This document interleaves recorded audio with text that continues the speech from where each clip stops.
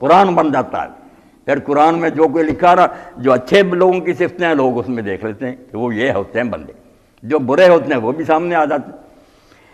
رسول یتلو علیکم آیات اللہ مبینات، اور یہ رسول اپنی طرف سے کوئی بات نہیں کرتا، نہ یہ اس کی اپنی عقل و دانش ہے، اس میں بھی غلطی ہو سکتی ہے بشر، یہ تو اللہ کی طرف سے کلام اتر رہا، واضح آیات جس میں کوئی ایچ پیچ نہیں، کوئی ابہام نہیں، کوئی گول مول بات نہیں، کلیئر صاف ستھرا کلام اترتا اللہ کی طرف سے، وہ یہ رسول پڑھ کر سنا دیتا۔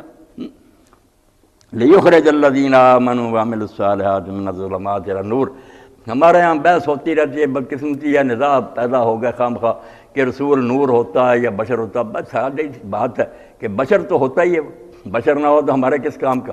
اگر کوئی اور مخلوق آ جائے اندر سے کچھ اور ہو، اوپر سے بشر بنا ہوا، ہم تو اللہ کا منہ بند کر دیں گے کہ ہم سے کیا مطالبہ کرتا ہے کہ اس کی سنت کی پیروی کرو، اس کے نمونے پر چلو، کوئی انصاف کی بات کر رہا ہے؟ ہم بشر، یہ ایک اور مخلوق، ہم سے یہ کام ہوتے ہیں؟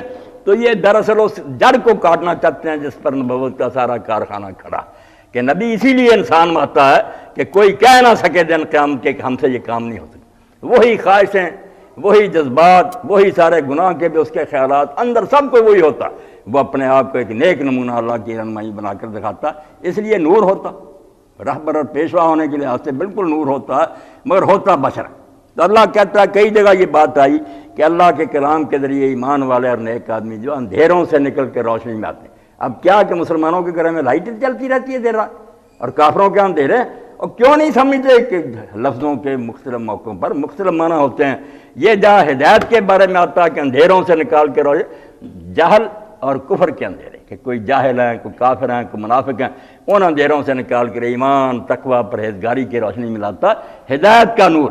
اس لحاظ سے تو سراج منیر ہے، چھوٹا نور نہیں، آسمان کا سورج ہے، سب سے بڑا نور کہ دنیا کو روشنی بخشتا ہے، مگر ہوتا بشر ہے۔ آگے فرمایا کہ جو پھر یہ رسول کی بات مان لیں گے، وَمَن يُؤْمِن بِاللَّهِ وَيَعْمَلْ صَالِحًا يُدْخِلْهُ جَنَّاتٍ تَجْرِي مِن تَحْتِهَا الْأَنْهَارُ، جنہوں نے مخالفت کی دنیا میں تباہ ہوئے، آگے دردناک عذاب تیار ہے۔ جو اللہ کو مان لیں گے پھر نیک کام کریں گے، اللہ ان کو باغوں میں داخل کرے گا جن کے نیچے نہریں بہہ رہی ہوں گی۔ قرآن پاک میں آگے دیکھ لیں، روایتوں کی بات الگ ہے یا ہمارے علم کلام کے مسئلے۔ قرآن نے دو ہی گروہ بیان کیے، یا جنتی یا دوزخی، وہاں نکلنے کا کوئی مسئلہ نہیں، جو چلا گیا دوزخ میں اس کے نکلنے کا کوئی ذکر نہیں۔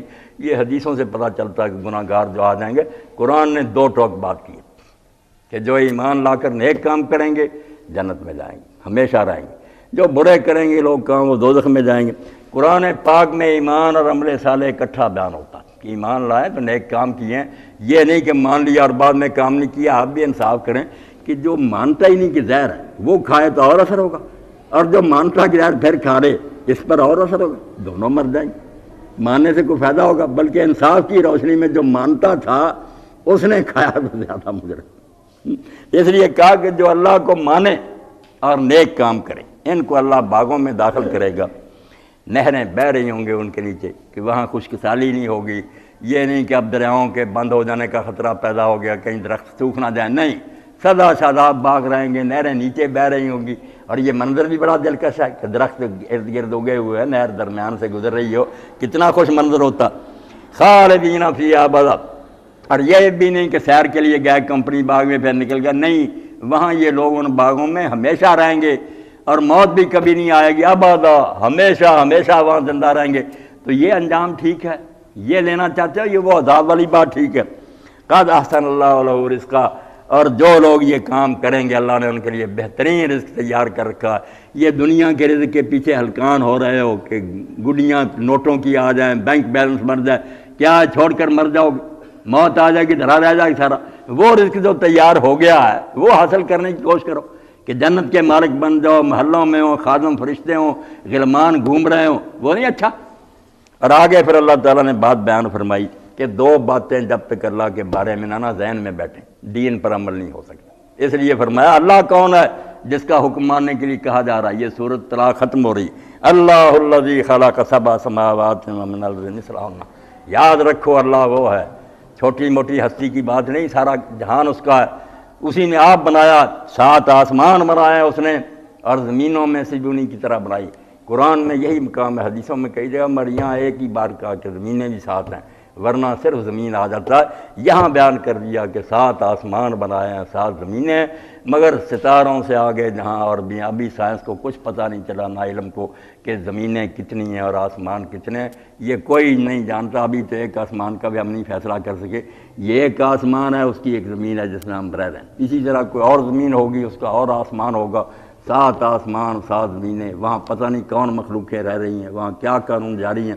تو اللہ فرماتا ہے آسمان 7 بنائیے، اس لیے بتانے کے لیے کہ یہ نہ سمجھ لینا کہ بس جو ہم دیکھ رہے ہیں چھوٹی موٹی اتنی حکومت اللہ کی، تمہارے اندازوں سے بہت بڑی کائنات ہے جہان۔ 7 آسمان بنائے اس نے اور 7 زمینیں بنائی ہیں، یتنزل الامر بینہن، ان آسمانوں اور زمینوں میں اس کے حکم جاری ہیں، اسی طرح شریعتیں اترتی ہیں، اسی طرح فرمان اللہ کے وہاں نافذ ہوتے ہیں۔ 2 باتیں یاد رکھ لو اس اللہ کے بارے میں، لِتَعْلَمُ أَنَّ اللَّهَ عَلَىٰ كُلِّ شَيْءٍ قَدِيرٌ۔ ایک تو یہ بات دماغ میں اٹھاؤ کہ تمہارا خدا بے بس اور عاجز نہیں ہے، وہ ہر طرح کی طاقت کا مالک ہے، جو چاہے کر سکتا ہے۔ اس لیے یہ سوال جو نا کہ مر جائیں گے، مٹی ہو جائیں، کون دوبارہ زندہ کرے گا، سارے اس وجہ سے پیدا ہوتے ہیں کہ تم اللہ تعالیٰ کی قدرت پر ایمان نہیں رکھتے، اس کی پاور نہیں مانتے کہ جو جتنی بار چاہے فنا کرتا جائے اور بناتا جائے، وہ خدا نہیں ہو سکتا جو ایک بار بنانے کے بعد پھر نہ بنا سکے۔ تو جان لو کہ اللہ تعالیٰ جو چاہے کر سکتا ہے، اور یہ بھی جان لو کہ اللہ تعالیٰ کے علم میں ہر شے ہے، کوئی چیز اس سے چھپی ہوئی نہیں ہے۔ اس لیے جو تم اس دنیا میں کرو گے، 7 آسمان اور 7 زمینوں، کسی کونے میں جا کر کرو، اللہ وہ جانتا بھی ہے، تمہاری نیکی کی بھی خبر ہے، ایک رائی ضائع نہیں ہوگی، اور تمہاری برائیاں بھی چھپی نہیں، اس کا بدلہ مل کر رہے گا۔ جان لو کہ اللہ تعالیٰ کے علم میں ہر شے ہے اور وہ ہر شے پر قادر ہے۔ یہ 2 باتیں ذہن میں بیٹھ جائیں تو انسان پھر راہ راست پر قائم رہتا ہے، اور ان سے اس کا اعتقاد متبدل ہو جائے تو بربادی اور تباہی۔ سورۃ الطلاق ہے، 28واں پارہ ہے، اور اس کا یہ آخری رکوع ہے، دوسرا، آیت نمبر جو نا 8 سے شروع ہو کر 12 تک جاتی ہے۔ تو اللہ رب العالمین نے راستہ کامیابی اور نجات کا بتا دیا کہ اس دنیا میں صرف انبیاء علیہ السلام کی پیروی، ان کا دامن پکڑنے میں دنیا کی بہتری ہے، اسی میں آخرت کی بہتری ہے۔ بات پہلے بھی ہوئی تھی کہ اللہ تعالیٰ نے انتظام سارا انسانوں کے لیے کر دیا، مگر کسی شخص کو خود کفیل نہیں بنایا کہ میں ہی ڈاکٹر ہوں، میں ہی عالم ہوں، میں ہی فرسی ہوں، نہیں، اس طرح ہی ہے کہ مل جل کر کام چل رہا ہے۔ سارے لوگ نبی نہیں بن سکتے، سارے لوگ امتی نہیں رہ سکتے، کچھ رہبر بنائے ہیں، کچھ کو ان کے پیچھے چلنے کا حکم ہوا۔ جیسے علاج میں ہے کہ کوئی ڈاکٹر پیدا کر دیے ہیں، کچھ بیمار ہیں، بیماروں کا کام ہے ڈاکٹر ڈھونڈے، اس پر اعتبار کریں۔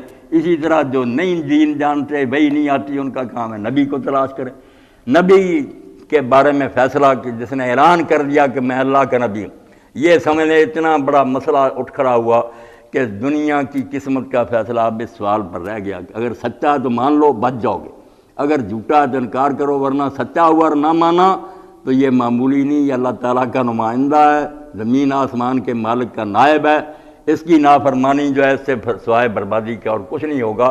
اس لیے رسالت، حکیم صاحب بھی فرما رہے تھے، بالکل ٹھیک ہے کہ بنیادی مسئلہ جو ہے یہ ہے کہ یہ شخص رسول ہے یا نہیں۔ رسول ماننے کے بعد سوال ختم ہو جاتے ہیں، تم اندھے ہو، پتہ چل گیا یہ سوانکھا ہے، رہبر ہے، دیانتدار ہے، بس اس کے پیچھے چلتے جاؤ، پھر قدم قدم پر سوال کا کیا حق کی، دین نے یہ کیوں کہا، یہ کیوں کہا، یہ موقع نہیں ہے۔ بس یہ تسلی کرنے کا حق ہے کہ یہ بندہ قابل اعتبار نظر آتا، جو اس وقت تھے انہوں نے بھی دیکھا، ان کے تو سامنے تھے، اب جو نہیں ہے ان کے سامنے آپ کی سیرت بالکل مکمل ریکارڈ مستند حوالوں کے ساتھ موجود ہے۔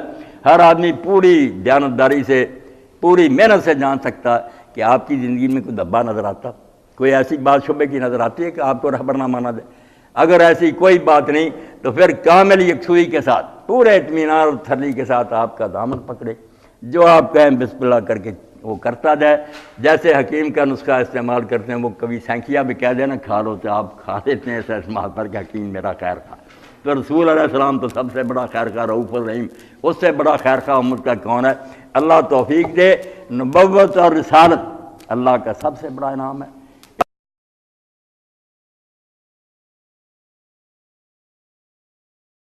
اس کے پیچھے آنکھیں بند کر کے آدمی چلے، وہ گڑھے میں نہیں گرائے گا، راہ راست پر چلاتا ہے، انشاءاللہ جنت تک لے جائے گا۔ وآخر دعوانا ان الحمدللہ رب العالمین وصلی اللہ تعالی علی عبد اللہ ورسولہ خاتم النبیین سیدنا مولانا